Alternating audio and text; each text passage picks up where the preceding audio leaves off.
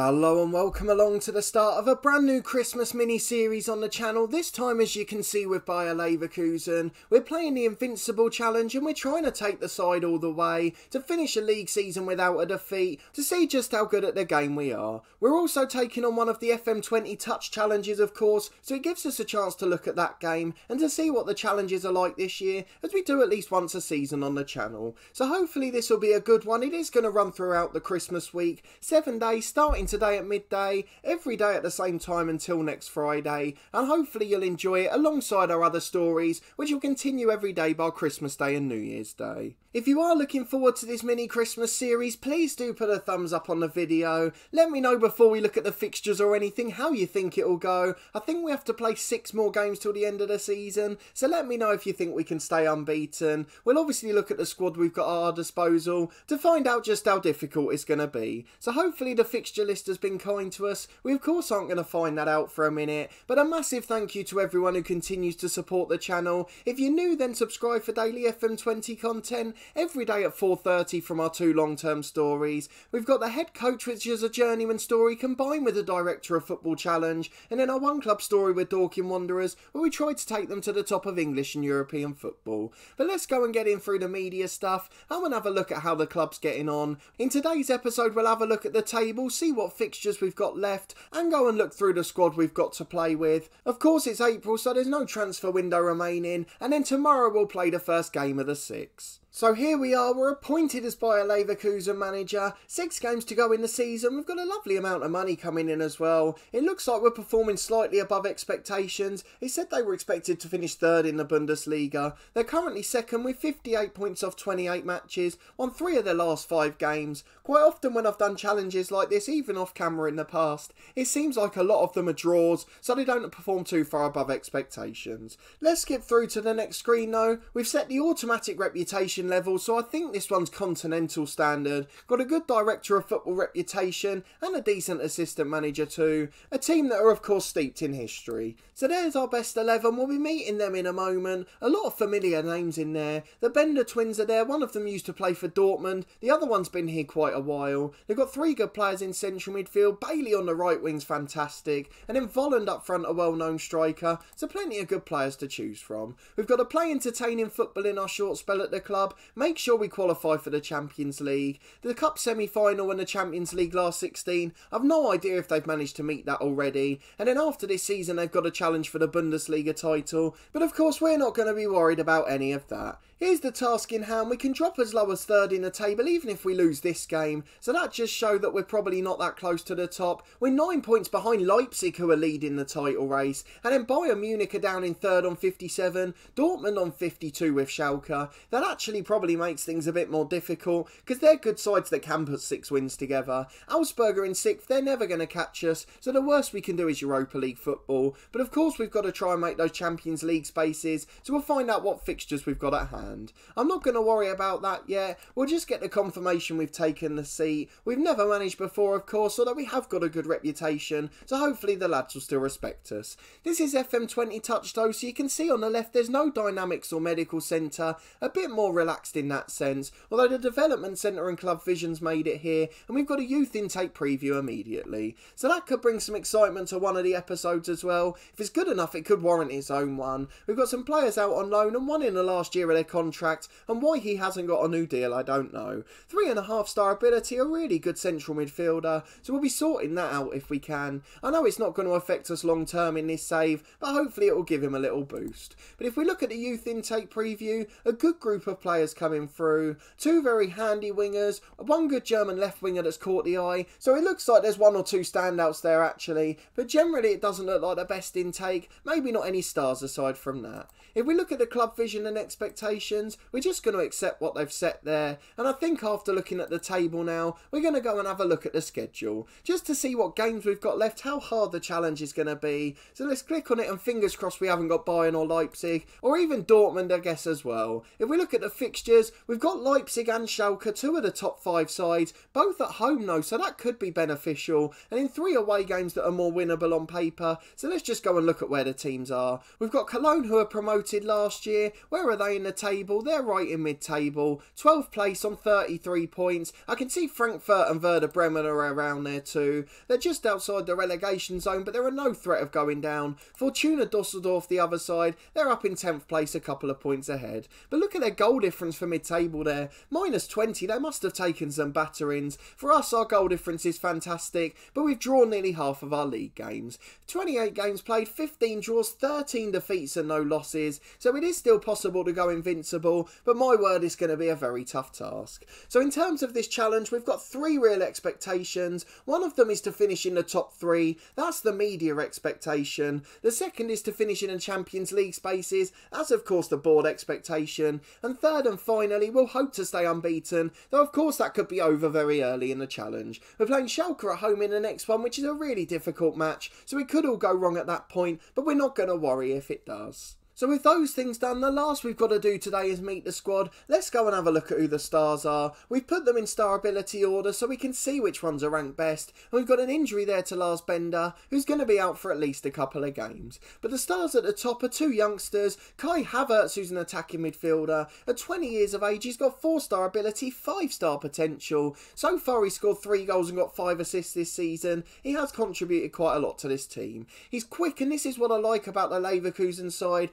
They've got so much pace going forward on the counter. Of course, they lost Julian Brandt last summer, which hasn't helped greatly with that, but they've still got a really good team going forward, particularly in that counter-attacking aspect. But a really good young player, and we're hoping we can get the most out of him. The same for Leon Bailey, a right winger. At 22, the Jamaican international's got 4-star ability, loads of pace to burn, good technical ability, and he's also got a little bit of flair as well, so I think he could be a star too. And then on the other flank, we've got Karim Bellarabi, another good player, but slightly more experienced this time. 3.5-star ability, loads of pace again, loves to dribble, loves to move with the ball. This one a hard worker as well. Only made appearances off the bench so far this year, despite that still managed 5 goals, so maybe he's not good enough to get in the lineup. They seem to be highlighting Moussa Diaby. He's a 20-year-old left winger, 9 goals and 3 assists this year. Again, so much pace and a good young winger, lots of technical ability too. But I've got to choose between those 3 which ones we want to pick. It's good to have that problem to choose from though. If we go through the other stars and then find our best player in each position, we've got Jonathan Tah, who's the best centre-half. 1 yellow from a booking, that's a bit of a worry. 28 games, a really good average rating. Not the best in terms of heading, but his jumping reach is good.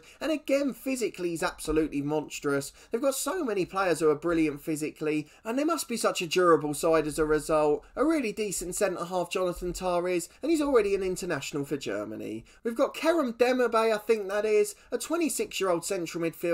Another playmaker, really good technical ability, brilliant from dead ball situations, and again at 3.5-star ability, he's going to be a real big feature in this side. According to this, he's only started 4 games this year. That's something we'll probably want to change, although there are lots of good central midfielders to choose from, so I can understand why that's a bit harder. We've got Aaron Gies next. He's a player we looked at who was out of contract, 84 caps for Chile at 30 years of age, 3.5-star ability, really good mentally, strong physically and technically too. A really good player, and he's been ever present this season, 4 assists in his 27 starts. Then the big one up front is Kevin Volland. He's a pressing forward at 27 years of age, 10 caps for Germany, 3.5-star ability, decent across the board without really standing out. He's average technically, he's decent physically, not got that burning pace, but he's a real hard-working striker up front. Almost reminds you of the Dirk Kuyt type in attributes. I always remember his being similar to this. So he's going to be a good player and we're going to work him hard, and on the counter-attack he'll hold the ball up well. And then at the other end of the pitch, our other 3.5-star player is Lucas Radecki, the goalkeeper,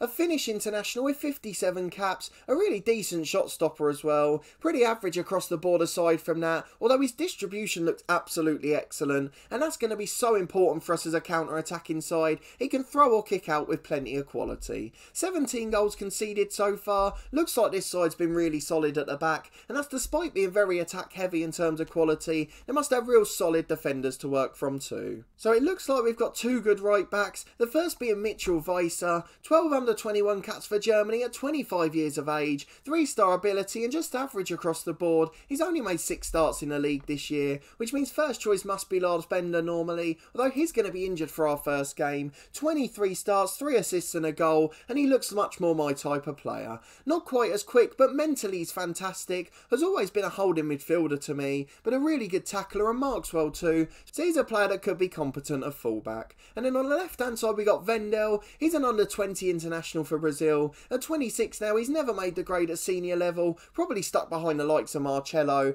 but really good physically again, bombs forward down the left hand side, and he's got a good enough tackle and work rate, so he's got plenty enough to work with for these 6 games. Interestingly, it said it only started 2 games this year, so I've no idea who's been playing left back. I'm not quite sure I can work that one out, to be honest, but we'll try and find out as we go along. The only thing I see that's a potential issue, there's not another really good centre half at the club. There's 2 players with 2.5-star ability, but no one really standing out aside. So those 2 players are Alexander Dragovich. I'm sure he was at Leicester at some point. He was a couple of years ago on loan. He played 11 appearances in the Premier League. An average centre half, good enough if we need him. Austrian international with loads of experience. And in the other ones at the other end of the scale, Panagiotis Retsos. He's a 21-year-old Greek international, a centre half with 5-star potential, and he looks like a pretty decent player. So I think I'm going to go for him alongside Tar, a really good young player who can develop further, and of course he's got plenty of potential, but again just 1 yellow away from a booking.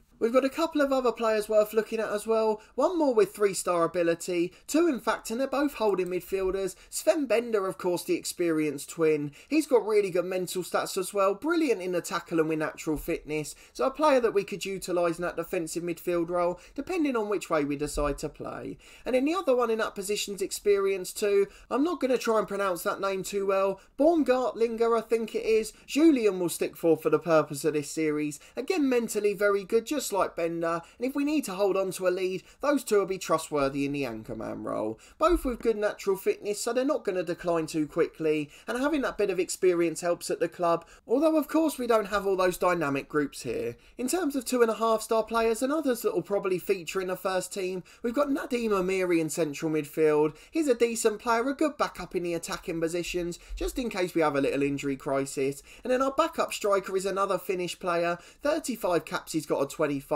He's not a standout player, but he's decent enough off the bench, and I'm sure he'll make 1 or 2 substitute appearances. And then another striker in Lucas Alario, a 27, a poacher, another one that's not got great physicality. None of our strikers really can run in behind, but all of them can hold up the ball well, and they can finish quickly with our quick wingers providing service. I'm not going to show you the other 2-star players. We've got a backup goalkeeper who's not really worth talking about. We've got Paulinho at 19, 2-star ability, 5-star potential. He's the one I want to try and get into the team. Loads of pace already at his age, and a real good backup for the wingers we've got. The other one's a central midfielder, but he's not really going to feature. At 24, he's reached most of his potential, and unfortunately he's just not quite good enough. So if we go to the development centre, I just want to see if there's any really good players in the reserves. A couple of 2-stars and another backup keeper, but not too much to really shout about. And in the youth candidates we'll have coming through in a few weeks, and we'll talk about them in a future episode. But in terms of our intro to the series, that's just about it. Let me know what you think of the squad we've got. Of course, we've got a couple of tough fixtures, including the leaders at home, so let me know if you think we can keep our unbeaten run and what position you think we'll finish in the league. With Bayern behind us, that really does make it more difficult, although at least we've avoided them in the fixture list. But the first one against Schalke is going to be a real tough test. We could end our unbeaten run almost immediately.